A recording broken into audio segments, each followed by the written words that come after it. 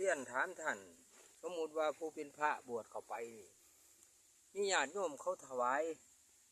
ปัจจัยเป็นเงินเป็นทองหรือว่าเป็นบ้านหรือว่าเป็นที่ดินจังซี่มันสิเป็นอย่างไรมันสิได้บ่มันสิสำเร็จบ่ในการรับแบบนี้ผู้ให้นั่นสิได้รับกุศลผลบุญอันใดบ่ครับผมหมายถึงว่าขันห้าให้ท่านผู้เพิ่นบวชเนาะครับ ว่ามันสิเป็นบุญบ่ว่าติครับผิดครับ เพราะว่าสาเหตุที่เพิ่นรับบ่ได้นั่นคือผู้เพิ่นบวชนั่นเพิ่นสละทั่วเบิดแหละครับแม่นเพิ่นจะบ่รับเอาเป็นทรัพย์สินของเพิ่นก็ยาครับแม่นรับผ่านมือเพิ่นก็ยาครับเพิ่นจะรับบ่ได้นั่นคือสัจจะครับมันเปลี่ยนบ่ได้ตั้งปณิธานสัจจะวาจาไว้แล้วว่าสาบานตนจะละทั่วจะบ่ยินดีในเงินและทองจะบ่ยินดีในการสร้างจะบ่เฮ็ดแบบชาวบ้านจึงจะรักษาพรหมจารีได้ครับจึงจะถึงขั้นเป็นผู้บริสุทธิ์ได้อันนั้นคือรักษาความบริสุทธิ์ทั้งในใจเฮานั่นครับ หมายถึงรักษาอุเบกขานั่นครับอุเบกขานั่นหมายถึงรักษาความบริสุทธิ์หมายถึงรักษาพรหมจารีครับรักษาความเป็นกลางครับบ่เอ็นเอียงไปทั้งใดทั้งหนึ่งครับนั่นคืออุเบกขา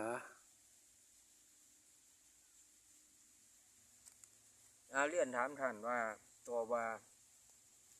ผู้เป็นพระนี่ญาติโยมบางคนนี่ก็เจ้าว่าศรัทธาน้ำพระแล้วก็เจ้ามีการถวายสิ่งของเช่นอย่างว่าสิ่งของหรือว่าเป็นไม้ต้นไม้ไปเฮ็ดไปสร้างที่พระอยากได้ว่าอยากได้ไปเฮ็ดไปสร้าง หรือว่าเป็นที่ดินไปเฮ็ดไปสร้างจังซี่แล้วที่นี่ผู้ให้ว่าอยากได้บุญหวังอยากได้บุญน้ำพระแล้วมันสิมีความสำเร็จไปได้บ่ครับ บ่ได้ครับเป็นไปบ่ได้เลยครับมันจะขาดสัจจะครับมันจะขาดออกจากเป็นพระนั่นจะมาสร้างคือชาวบ้านบ่ได้ครับแม่นเพิ่นบ่สร้างรับเป็นของเพิ่นก็ยาครับแม่นผู้อื่นรับแทนก็บ่ได้ครับคือมันจะขัดต่อศีล227นั่นครับบัญญัติไว้ดีแล้วจะเปลี่ยนบ่ได้เลยครับบ่ได้ก็คือบ่ได้ถ้าสั้นมันจะขาดออกจากเป็นพระครับขาดศีลข้อใดข้อหนึ่งก็ตกออกจากเป็นพระแล้วครับจะบ่ถึงขั้นเป็นพระหมายถึงผู้ประเสริฐหมายถึงผู้บริสุทธิ์นั่นครับคือเพิ่นจะรักษาพรหมจารีของเพิ่นทั้งกายทั้งวาจาทั้งใจของเพิ่นจะรับบ่ได้เลยครับจะให้ผู้อื่นรับแทนก็บ่ได้นั่นเหตุผลที่เพิ่นจะขาดออกจากเป็นพระครับผมบาดนี้ผู้ให้นั่นก็บ่เป็นบุญครับเพราะว่าเฮาเฮ็ดให้ผู้เพิ่นรับนั่นเป็นบาปเพิ่นอาบัติปาราชิกครับขาดออกจากเป็นพระนั่นคือเพิ่นก็เป็นบาปผู้ให้ก็เป็นบาปครับเพราะว่าเฮาให้ผู้ที่บ่เหมาะสมที่จะให้นะครับสาเหตุที่มันบ่ได้นะครับเข้าใจนะตัวนี้เนาะครับผมเรียนถามท่านคัดจังสั่นคือว่านี่ญาติโยมมาเห็นมาสร้างกับผิดไปเบิดที่สนะผิดครับนี่แหละมันผิดข้อบัญญัติศีล227ข้อครับบรรพชิตนั่นผู้ที่จะสละทั่วเบิดแล้วจะรับบ่ได้เลยครับจะยินดีในเงินและทองบ่ได้จะหุงหาอาหารกินเองบ่ได้ครับจะเก็บอาหารแห้งข้ามคืนบ่ได้เลยครับต้องละออกเบิดครับนั่นจังจะแม่นผู้ประเสริฐครับจะบ่ยึดติดที่ใดที่หนึ่งครับบ่ได้ยึดเพราะว่าเฮาสละทั่วเบิดแล้วแต่ว่ามันบ่มีดอกครับผมว่าเพราะว่าเฮาสิไปไสแม่นบ่ยุคปัจจุบันนี้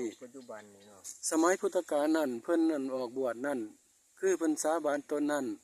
จะออกสู่เรือนว่าง จอกอยู่ถ้ำจอกสู่ป่าแม่นบ่ครับ ครับ นั่นล่ะบ่ได้ว่าออกไปสร้างวัดเด้ครับนี่มันสิขัดกันกับความจริงที่อัน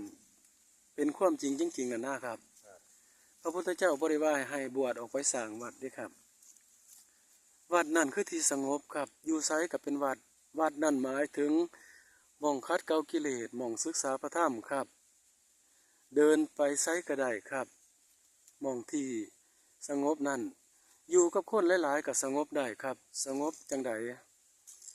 สงบจากความเห็นผิดครับสงบออกจากอัตตาตัวตนสงบออกจากโทสะโลภะโมหะความยินดีพอใจครับสงบออกจากความรักความโลภความโกรธความหลง